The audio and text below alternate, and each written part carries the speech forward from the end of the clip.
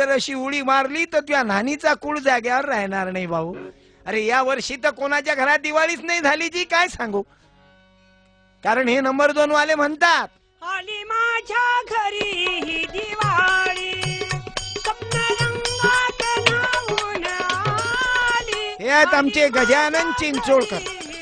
जो माणूस आहे पण आवाज बाई सारखाच आहे त्याचा. हे आमचे साथीदार आहेत माधेराव चव्हाण आणि तबला वादक आहेत नानासाहेब कार्लेकर. अरे गजानन, तू म्हणता आली माझ्या घरी रे दिवाळी. दिवाळी कोणाच्या घरात होती रे? साहेबाईच्या घरात दिवाळी. उत्तम शेती, वरून आम्हाला शिकवलं उत्तम शेती, मध्यम व्यापार आणि कनिष्ठ नोकरी. अरे दिवाळी होती नोकरीवाल्याच्या घरात, दिवाळी होती व्यापाऱ्याच्या घरात. आणि शेती करायच्या घरात तर दिवा लायला तेल नव्हतं. कारण सरकारनं 11 महिने कापसाचे पैसेच दिले नाहीत भाऊ. आणि ती दिले तर तुकडे टाकले. आकू आकू 40%, 10%, 20%. म्हणून तर म्हणतो आयला रे लडकी मस्त मस्त तू आयला रे. अरे नाही ना रे, तिथं बायकोले धड लुगडं नव्हतं तर लडकीले कुठून घेईन रे. की मेला रे शेतकरी राजा जीवान मेला रे. अरे मेला रे शेतकरी राजा जीवान मेला रे. त्याचा कापूस पुरा लंबा केला रे. त्याचा कापूस पुरा लंबा केला रे. मेला रे शेतकरी राजा जीवान मेला रे. मेला रे शेतकरी राजा जीवान मेला रे. त्याचा कापूस पुरा लंबा केला रे. टीव्हीवर दररोज येते ही काळी आई धनधान्य देई.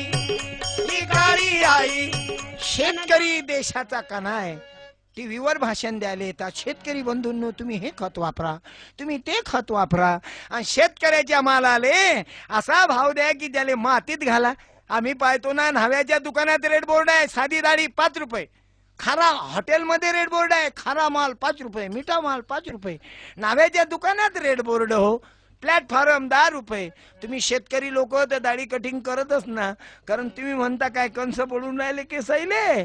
अरे 1 रुपयाचं पत्ता आणलं की 10-12 वेळा तर खर खर वाजते. तरी बाळापूर नागपूर इकून फिरवतील, उरलं मिर्झापूरले काम करून टाकतील त्या प्लेटचं बाबू. एवढी गरिबी आहे. आणि इकडे तुकडोजी महाराज तर शेतकऱ्याला सांगतात माझी ग्रामगीता या शेतकऱ्याला अर्पण केली बाबू. सर्व ग्रामाशी सुखी करावे, अन्न वस्त्र पात्रादी द्यावे, परी स्वतः दुःखची भोगावे, भूषण तुझे ग्रामनाथा. तुझ्या रक्तावर जगणारे गिधाळ मजा मारून राहिले. पुढारी लोकांचं खासदाराचं आमदाराचं मानधन वाढून राहिलं. सर्व आमदार खासदार एकत्रित येतात, याचा वेतन भत्ता मानधन वाढून घेतात. आणि शेतकऱ्याच्या कापसाचे भाव मागच्या वर्षीपेक्षा या वर्षी कमी होतात. आणि सांगा केवढं वाईट आहे. आणि गाणी किती जोरदार म्हणतात टीव्हीवर की तू शेतकरी शेतकरी शेतकरी देशाचा राजा, तुझ्या कष्टावरी करतात सारे मौजा. तू शेतकरी शेतकरी शेतकरी देशाचा राजा. तू शेतकरी शेतकरी शेतकरी देशाचा राजा. आणि बाबू पुढारी लोकही या शेतकऱ्याची संघटना करतात.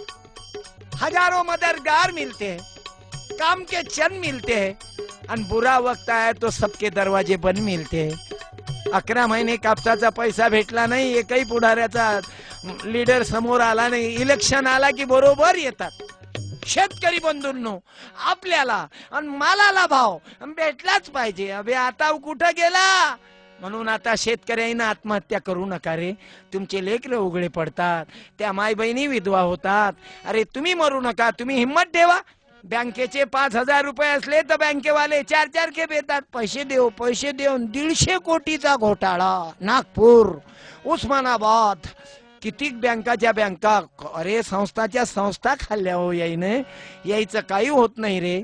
अरे मोठी चालबाजी आहे बाबू. 200 रुपये इलेक्ट्रिक बिल भरेल नसलं तर लाईन कापतो, अंधार करतो. अंधेरा ही अंधेरा हो. आणि कारखानदाराच्याकडे करोडो रुपये विजलीचं बिल आहे, विजेचं बिल आहे. आणि म्हणून मला तुम्हाला लोकांना सावधान करावं लागेल की उठा शेतकरी भाऊ, उठा शेतकरी भाऊ. तुम्ही झोपी नका जाऊ, झोपी नका जाऊ, सारे संघटित होऊ, सारे संघटित होऊ, शासनाले हाक देऊ. शासनाले हाक देऊ. अरे पुढच्या पंचवार्षिक मध्ये पुढे राहिले लंब करू.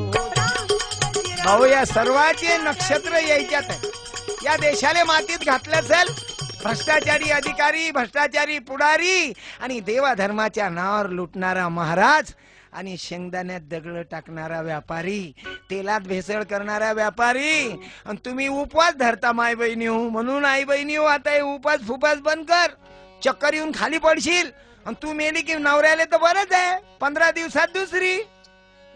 हम तुम्हारे हैं, तुम्हारे सनम, हम तुम्हारे हैं. तुम्ही मेले की 15 दिवसात दुसरी. म्हणून आई बहिणीला सांगतो जास्त उपवास धरू नको. साहेबाच्या बायकाईनं उपास धरले तर चालते. 2 किलो शेंगदाणे, 2.5 किलो साबुदाणा, दिवसभर पलंग आणि टीव्ही. कारण दिवसभर धंदा घरातच, तिकडे टीव्ही चालू, इकडे पलंग चालू. चूड़ी तो खली गई हाथों में, हाय चूड़ी तो खली गई हाथों में, याद पिया की आने लगी, हाय भीगी भीगी रातों में. दिवसभर धंदाच नाही, त्याच्यात बिमाऱ्या दुनिया भरायच्या. माझी किणी साहेब ड्युटीहून घरी आला की माझी किणी तब्येतच बरोबर नाही, मला काही बरंच वाटत नाही. मी म्हणतो इले धंदेच कोणते.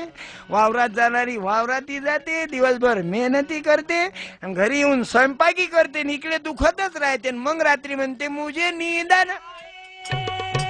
हो मुझे नींद ना आए, मुझे चैन ना आए, जाने का म्हणून आई बहिणी हो, तुम्ही जर कोण्या देवीची पूजा कराल तर सावित्रीबाई फुले. अगं मैना, अग मैना तुझी हौस पुरवीना, तुला जोडीना मुंबईला फिरवीना, तुला जोडीना नागपूरला फिरवीना. दिन दुबळ्यांना, गरिबांना, स्त्रियांना शिकवून, ज्ञान समतेचा रोईल रोपण, जाती भेदाचं केलं उच्चाटन, या ज्योतीला करूया वंदन. ज्योतिबा फुले आणि सावित्रीबाई फुले, छत्रपती शाहूराजे डॉक्टर पंजाबराव देशमुख, भारतरत्न बाबासाहेब आंबेडकर, तुकडोजी बाबा गाडगे बाबांनी जन्मभर हेच कार्य केलं. नाही शाळा शिक्षणाविन, नाही शाळा शिक्षणाविन, नव्हता वाली तयाला कोण, सुरू केलं जीवन शिक्षण, सनातनी गेले खवडून, मार्ग शाळेत धरला रोखून, शेण मारला अंगावर जाऊन. सार सोशील सोशील सार सोशील सावित्री मातेनं, त्या ज्योतीला करूया वंदन.